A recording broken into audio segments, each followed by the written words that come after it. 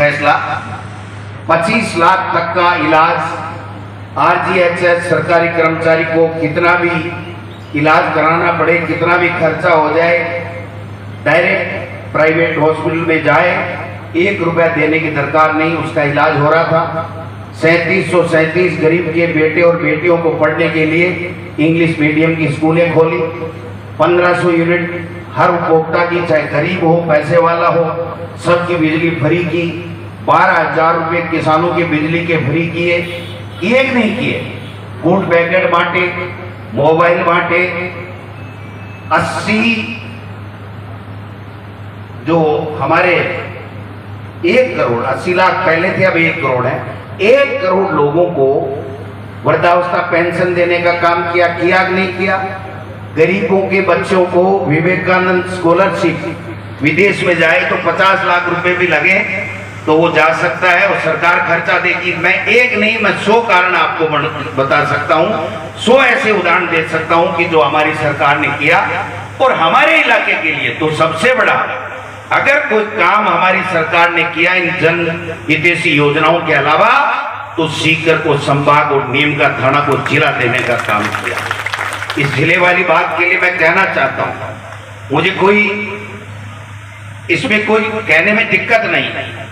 ये सुरेश मोदी जी जो आपके विधायक हैं, ये हर बार जब भी जाते थे तो अशोक गहलोत जी के पास में जाकर के कहते थे कि मुझे नीम का थाना का जिला दे दो, आप खाली बॉन्ड में मेरे से साइन करा लो, मुझे टिकट दो चाहे आगे की ना दो, लेकिन मेरे को नीम का थाना का जिला।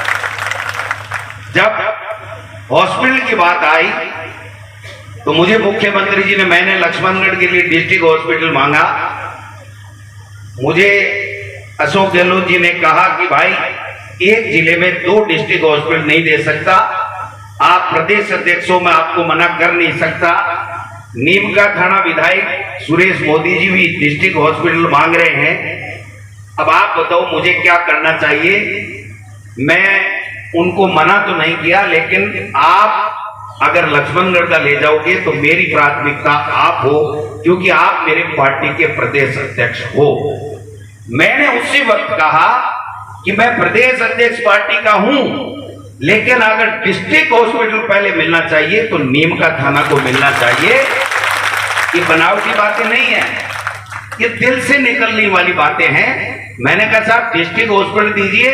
फिर जब बात जिलों की चली तो मैंने बीच में लगाया, मैंने कहा साहब नीम का थाना को जिला बनाओ और नीम का थाना झुंझुनू, सीकर और चूरू, इनको मिलाकर के हमारा सीकर संभाग बनाओ।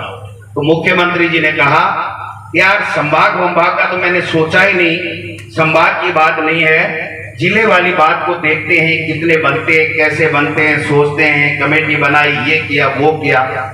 मैंने कहा साहब एक भाई से एक भाई को अगर अलग कर रहे हो तो उसका मान सम्मान बड़ा करना पड़ेगा, बड़ा करना पड़ेगा।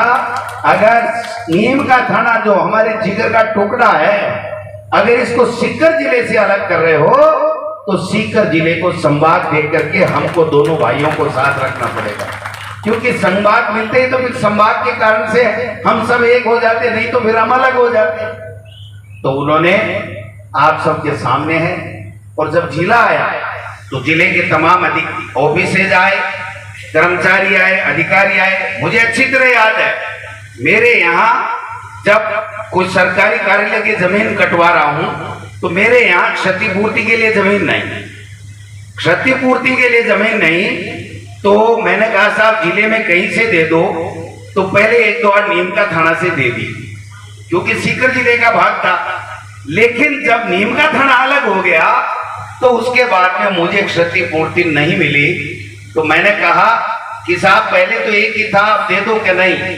मोदी जी ने कहा भाई देखो डोटासरा जी, आप चाहे अध्यक्ष हो, नीम का थाना हमारा अलग बन गया, हमारा अधिकार है, उसको आप छीन के मत ले जाओ, ये बात ठीक नहीं है, आप हमारी जमीन हमारे पास रहने दो।